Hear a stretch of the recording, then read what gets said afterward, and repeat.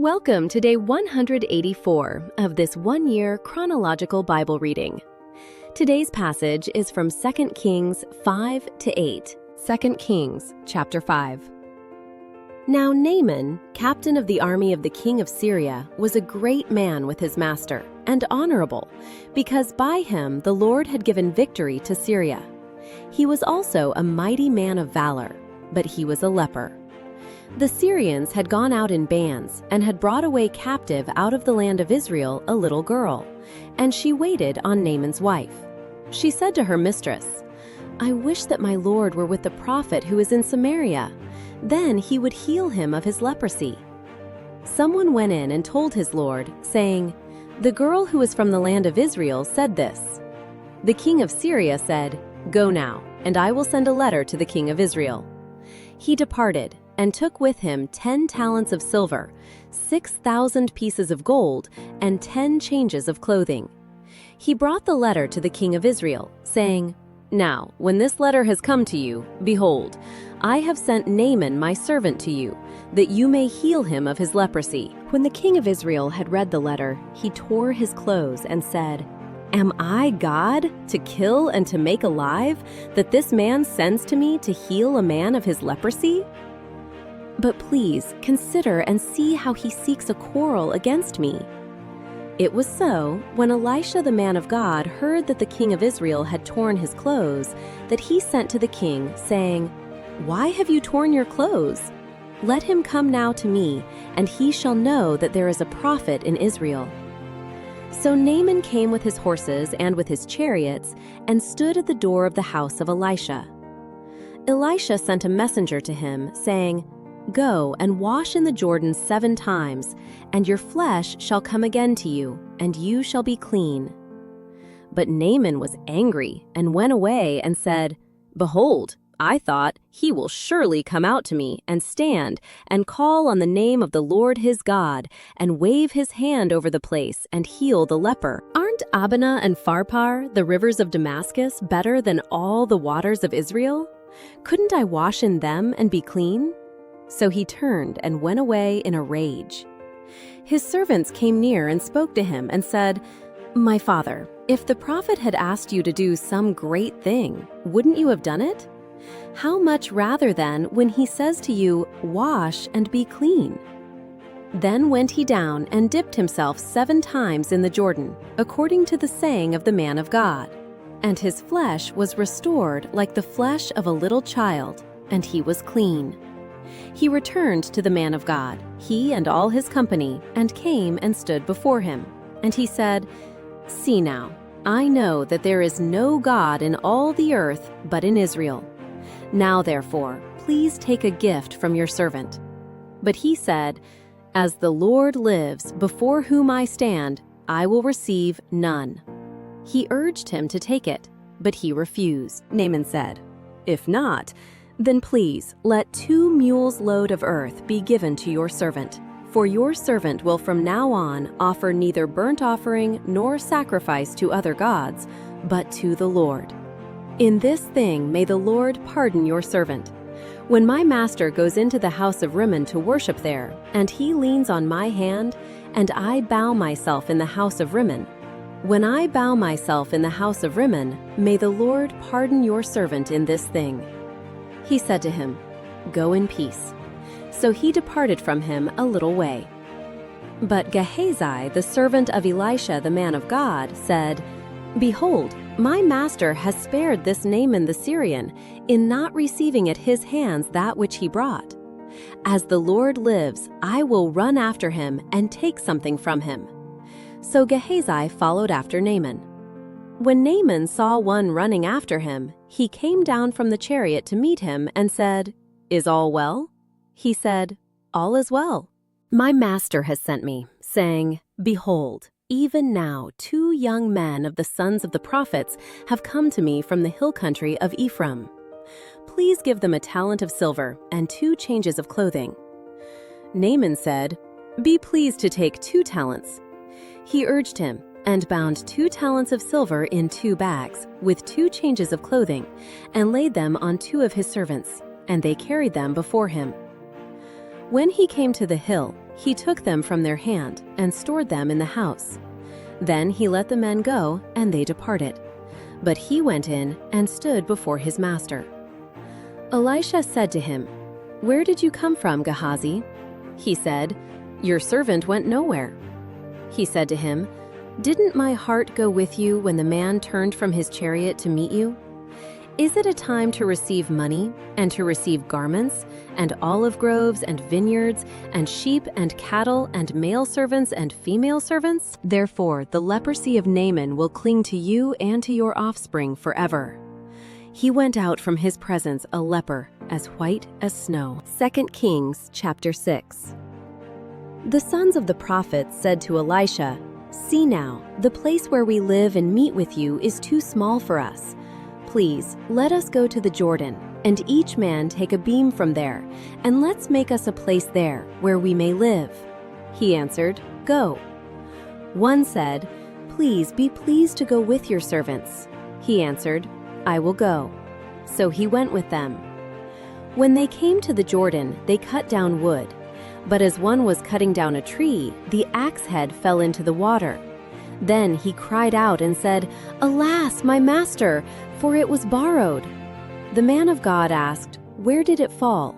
He showed him the place. He cut down a stick, threw it in there, and made the iron float. He said, "Take it." So he put out his hand and took it. Now the king of Syria was at war against Israel, and he took counsel with his servants, saying, "My camp will be in such and such a place." The man of God sent to the king of Israel, saying, "Beware that you not pass this place, for the Syrians are coming down there." The king of Israel sent to the place which the man of God told him and warned him of, and he saved himself there, not once or twice. The king of Syria's heart was very troubled about this. He called his servants and said to them, "Won't you show me which of us is for the king of Israel?" One of his servants said, "No, my lord, O king, but Elisha, the prophet who is in Israel, tells the king of Israel the words that you speak in your bedroom." He said, "Go and see where he is, that I may send and get him." He was told, "Behold, he is in Dothan." Therefore he sent horses, chariots, and a great army there. They came by night and surrounded the city. When the servant of the man of God had risen early and gone out, behold, an army with horses and chariots was around the city. His servant said to him, "Alas, my master, what shall we do?" He answered, "Don't be afraid, for those who are with us are more than those who are with them." Elisha prayed and said, "Lord, please open his eyes that he may see." The Lord opened the young man's eyes, and he saw. And behold, the mountain was full of horses and chariots of fire around Elisha.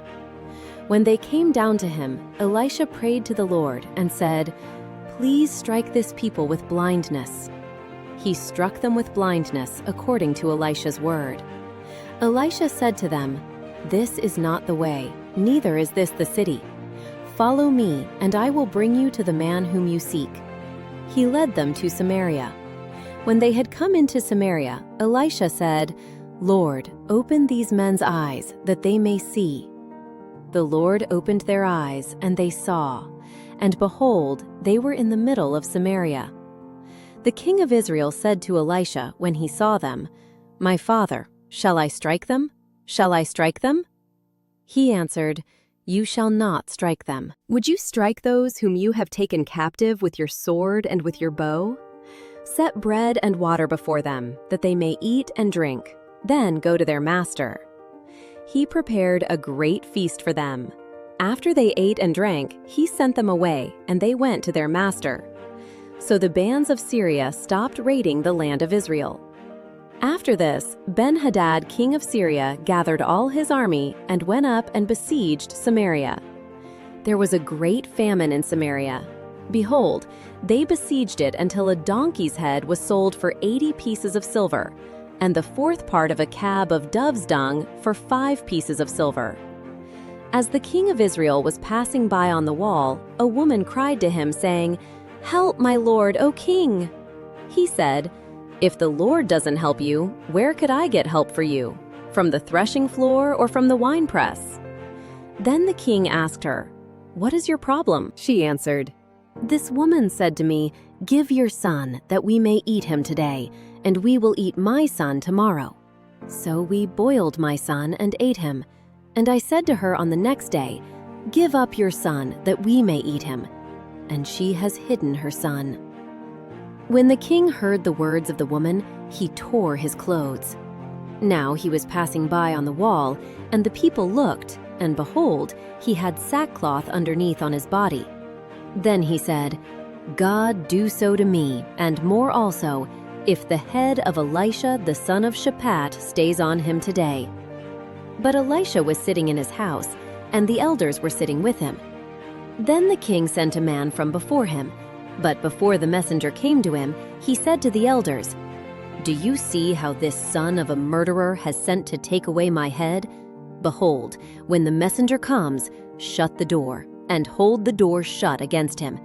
Isn't the sound of his master's feet behind him?" While he was still talking with them, behold, the messenger came down to him. Then he said, "Behold, this evil is from the Lord. Why should I wait for the Lord any longer?" 2 Kings chapter 7. Elisha said, "Hear the Lord's word. The Lord says, tomorrow, about this time, a seah of fine flour will be sold for a shekel, and 2 seahs of barley for a shekel, in the gate of Samaria." Then the captain on whose hand the king leaned answered the man of God and said, "Behold, if the Lord made windows in heaven, could this thing be?" He said, "Behold, you will see it with your eyes, but will not eat of it." Now there were 4 leprous men at the entrance of the gate. They said to one another, "Why do we sit here until we die? If we say, 'We will enter into the city,' then the famine is in the city, and we will die there. If we sit still here, we also die.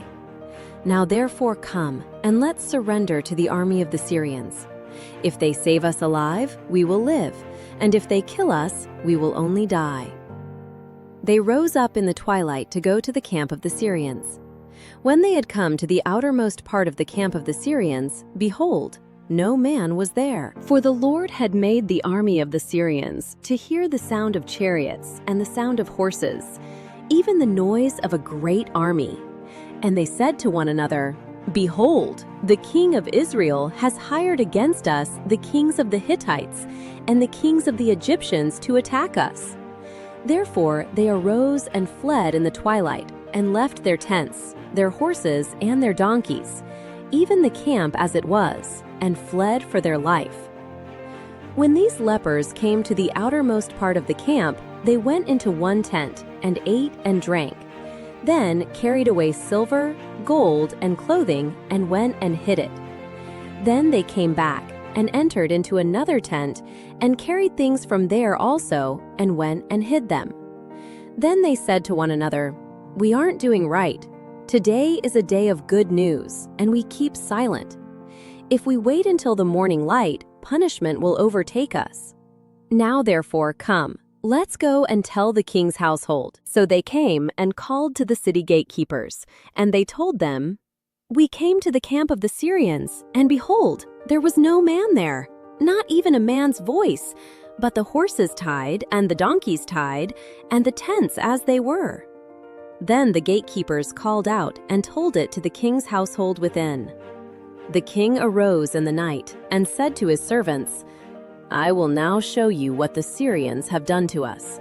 They know that we are hungry.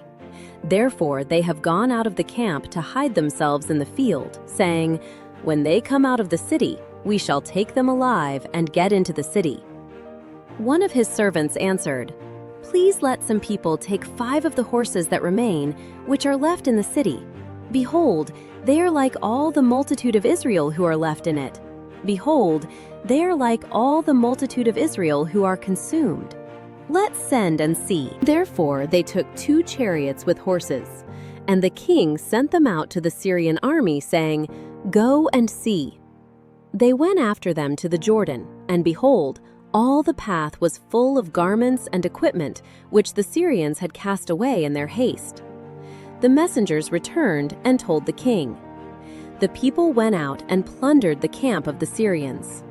So a seah of fine flour was sold for a shekel, and 2 measures of barley for a shekel, according to the Lord's word. The king had appointed the captain on whose hand he leaned to be in charge of the gate, and the people trampled over him in the gate, and he died, as the man of God had said, who spoke when the king came down to him. It happened as the man of God had spoken to the king, saying, 2 seahs of barley for a shekel, and a seah of fine flour for a shekel, shall be tomorrow about this time in the gate of Samaria. And that captain answered the man of God and said, Now, behold, if the Lord made windows in heaven, might such a thing be? And he said, Behold, you will see it with your eyes, but will not eat of it. It happened like that to him, for the people trampled over him in the gate, and he died. 2 Kings chapter 8. Now Elisha had spoken to the woman whose son he had restored to life, saying, Arise and go, you and your household, and stay for a while wherever you can, for the Lord has called for a famine. It will also come on the land for 7 years. The woman arose and did according to the man of God's word. She went with her household and lived in the land of the Philistines for 7 years. At the end of 7 years, the woman returned from the land of the Philistines. Then she went out to beg the king for her house and for her land. Now the king was talking with Gehazi, the servant of the man of God, saying, Please tell me all the great things that Elisha has done. As he was telling the king how he had restored to life him who was dead, behold, the woman whose son he had restored to life begged the king for her house and for her land. Gehazi said, My lord, O king, this is the woman, and this is her son, whom Elisha restored to life. When the king asked the woman, she told him. So the king appointed to her a certain officer, saying, Restore all that was hers, and all the fruits of the field, since the day that she left the land, even until now. Elisha came to Damascus, and Ben-Hadad the king of Syria was sick. He was told, The man of God has come here. The king said to Hazael, Take a present in your hand, and go meet the man of God, and inquire of the Lord by him, saying, Will I recover from this sickness? So Hazael went to meet him, and took a present with him, even of every good thing of Damascus, 40 camels' burden, and came and stood before him, and said, Your son Ben-Hadad, king of Syria, has sent me to you, saying, Will I recover from this sickness? Elisha said to him, Go, tell him, you will surely recover. However, the Lord has shown me that he will surely die. He settled his gaze steadfastly on him until he was ashamed. Then the man of God wept. Hazael said, Why do you weep, my lord? He answered, Because I know the evil that you will do to the children of Israel. You will set their strongholds on fire, and you will kill their young men with the sword, and will dash their little ones in pieces, and rip up their pregnant women. Hazael said, But what is your servant, who is but a dog, that he could do this great thing? Elisha answered, The Lord has shown me that you will be king over Syria. Then he departed from Elisha, and came to his master, who said to him, What did Elisha say to you? He answered, He told me that you would surely recover. On the next day, he took a thick cloth, dipped it in water, and spread it on the king's face, so that he died. Then Hazael reigned in his place. In the 5th year of Joram the son of Ahab, king of Israel, Jehoshaphat being king of Judah then, Jehoram the son of Jehoshaphat, king of Judah, began to reign. He was 32 years old when he began to reign. He reigned 8 years in Jerusalem. He walked in the way of the kings of Israel, as did Ahab's house, for he married Ahab's daughter. He did that which was evil in the Lord's sight. However, the Lord would not destroy Judah for David his servant's sake, as he promised him to give to him a lamp for his children always. In his days, Edom revolted from under the hand of Judah and made a king over themselves. Then Joram crossed over to Zair, and all his chariots with him. And he rose up by night and struck the Edomites who surrounded him with the captains of the chariots, and the people fled to their tents. So Edom revolted from under the hand of Judah to this day. Then Libnah revolted at the same time. The rest of the acts of Joram and all that he did, aren't they written in the book of the Chronicles of the kings of Judah? Joram slept with his fathers and was buried with his fathers in David's city. And Ahaziah his son reigned in his place. In the 12th year of Joram the son of Ahab, king of Israel, Ahaziah the son of Jehoram, king of Judah, began to reign. Ahaziah was 22 years old when he began to reign, and he reigned 1 year in Jerusalem. His mother's name was Athaliah, the daughter of Omri, king of Israel. He walked in the way of Ahab's house, and did that which was evil in the Lord's sight, as did Ahab's house, for he was the son-in-law of Ahab's house.